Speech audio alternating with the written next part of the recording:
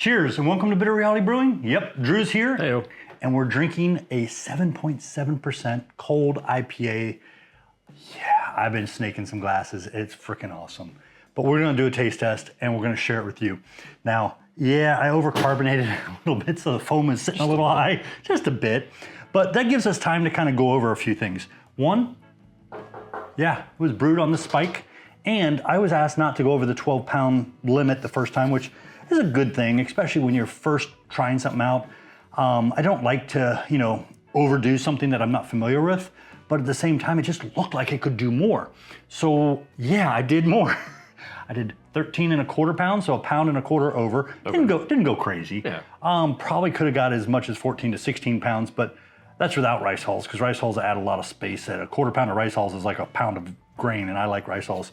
I did get close to having a problem because I looked away and the mash got stuck for a moment and almost went over. Me learning, not the system. That was definitely me learning. My efficiencies were much higher than expected. I think my mash efficiency was somewhere around 77.3, and for some reason, the beersmith rates it really low, like it's just not gonna get a high efficiency. Well, your brewhouse efficiency is gonna be lower because you got this extra space that you're gonna lose some of the beer. Brewhouse efficiency, Drew doesn't really deal with that, but it's how much beer you get out of what you brewed. Oh, okay. And having dead space, you're gonna lose some. I was an idiot and I pulled from there again, not thinking about it, and that was my fault, but hey, that's okay, it worked out good. So, courtesy to MoreBeer. MoreBeer actually sent us this kit, and if you didn't check out that video, go check that out first for the brew day, and then come on back. This thing is crazy. I mean, it's 12 pounds of just 2-row. It's a pale malt, 8 ounces of carapils, 8 ounce white wheat, and 4 ounces of Munich to get just a hint of color. I mean, still very light. Plenty of color, yeah. Yeah, it is a lager. I did get the yeast recommendation from, dang, I can't remember people's names. Needless to say, from MoreBeer. Okay, but here we go. We had only 1 ounce of Simcoe total for the brew. Half an ounce at 60 minutes, a half an ounce at boil. Then we had a 20-minute whirlpool at around 195, if I remember right, which was 1 ounce of Callista, 1 ounce of Talus, another ½ ounce of Simcoe. Then we dry hopped 2 days into the fermentation with 1 ounce of Mosaic Cryo, which I love Mosaic. And then, yeah, ready? Then I dropped 7 ounces of more hops. So more beer, more hops. I added 2 ounces of El Dorado as the fermentation was finishing, 2 ounces of Idaho No. 7, 1 ounce of Cashmere, 1 ounce of Nelson, 1 ounce of Riwaka. Yeah, I'm probably destroying that. It's a New Zealand hop. But I went absolutely crazy. And what was hilarious is that a lot of times my recipes are goofy like that. Yeah, this is from Firestone. This is their crazy recipe. So, I mean, it had so many hops. I expected this to be like I couldn't see through it. It's got a subtle haze. It's a light haze. Yeah, but it's not bad. Not bad at all. No, it looks beautiful. And we've got crazy good head retention. And it came in at 1.069 on the spike solo and fermented out at 1.011. I overshot my efficiencies, exceeded my grain bill by 1.25 pounds. What it's supposed to handle. It can handle more. You just need to really keep your eye on it. We're at 7.7%. The key here is I don't think it drinks like a 7.7. I think it's somewhere in the low 6s, but I'm gonna let him, Drew's gonna be the judge of that. Pretty high for what it's supposed to be. Yeah, let's go for it. Right off the bat, the aroma is super light. I don't have a lot of aroma.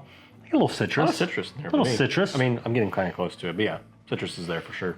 Yeah, I get a little citrus. It's mild, but nice. The estimated IBUs on this looks like it's just in the low 50s. I have 51 IBUs according to my beersmith. And if you haven't checked that out, what MoreBeer does is when you order a kit, they don't just throw in the hops no matter what the alpha is. They seem to make sure that you get the right alphas for that beer recipe, which is awesome. I never realized people do that, which is very cool. It's freaking good. It's got a nice dryness to it. And it's not too dry. It's kind of juicy. Yeah, but it's got I got dry finish is what I probably should say for me. And on top of that, I get the bitter, but the bitter's not overpowering. No. It's nice. It just says, hey, I'm an IPA. It doesn't like, some of them, kind of hit you with the bitter up front. Oh yeah, no. And then you get the flavor, or vice versa. This is just kind of flavor with a nice mild bitter. It is what you would expect it to do. Yeah, it's not a Pliny. Pliny is a lot of people that I know in my past. Very cold and very bitter.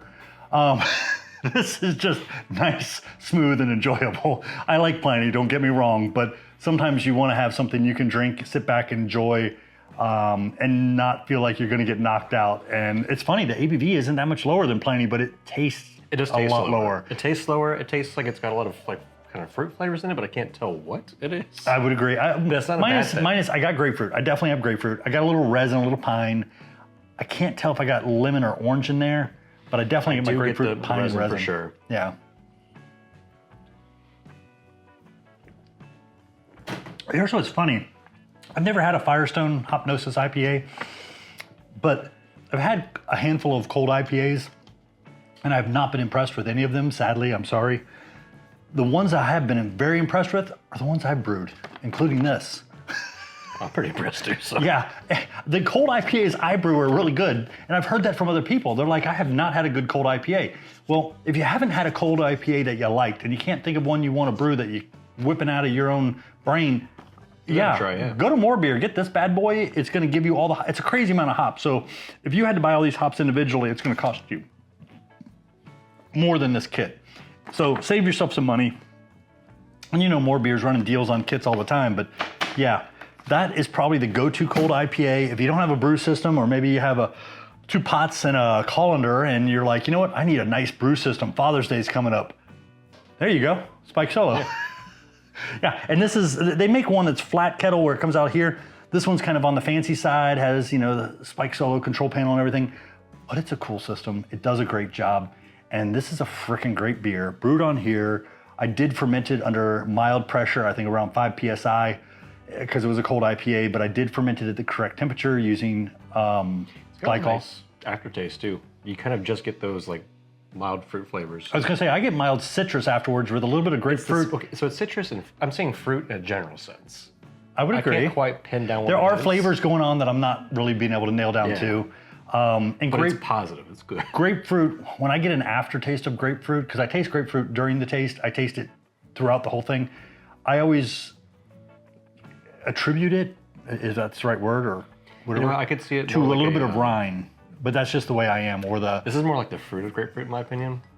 Okay, I would agree during the drinking, but afterwards the residual, I think rind. So it's more of a mental thing, I think. Very mild. But it's mild. It's a good flavor. It's not like I shove my mouth into some white rind. It's a little bit of the zest. It's different from a sculpin. Yes, it is. Yeah. Similar, but different. Also good beer, but different. Sadly, they don't distribute to Florida anymore, at least not in Jacksonville. But yeah. If you've never had a cold IPA, definitely add it to your list of beers that you want to order. Try it out. If you got the little handle, you can put the little MoreBeer handle in there. Yeah. That way people know what they're drinking, and on the back you can even put in all your information. Like this says it should have been 6.7. Oh. Because our efficiencies were high, we're at 7.7. Yeah, I blew that one out of the water. But keep in mind, my OG was 1.069, estimated was 1.059 to 1.064. So I wasn't much over that. But I'm assuming that the final gravity probably wasn't considered to be as low, but because I used a higher attenuating lager yeast, I got more fermented sugars out of it. So I get a little bit more on both ends, both, the beginning and the backside. So I got good efficiency, and I ate the hell out of all the sugar. So yeah, but I'm enjoying it. And I kept this just to show it, but this is all the hops I had to throw in just for dry hopping. I mean, forget the beer. This is just dry hop, dry hop, dry hop, dry hop, dry hop. And I think one of these still had a little bit of hops in it, but it smells good. Yeah, it does. It smells really good. So, and yeah, I'm gonna throw it away. I only kept it for the video. There's a little bit of hops down there, hop matter. But yeah, we had a lot of fun. If you haven't already appreciate it. Cheers. Check out Spike Solo. Check out MoreBeer's Cryo Cold IPA. Cheers. Cheers.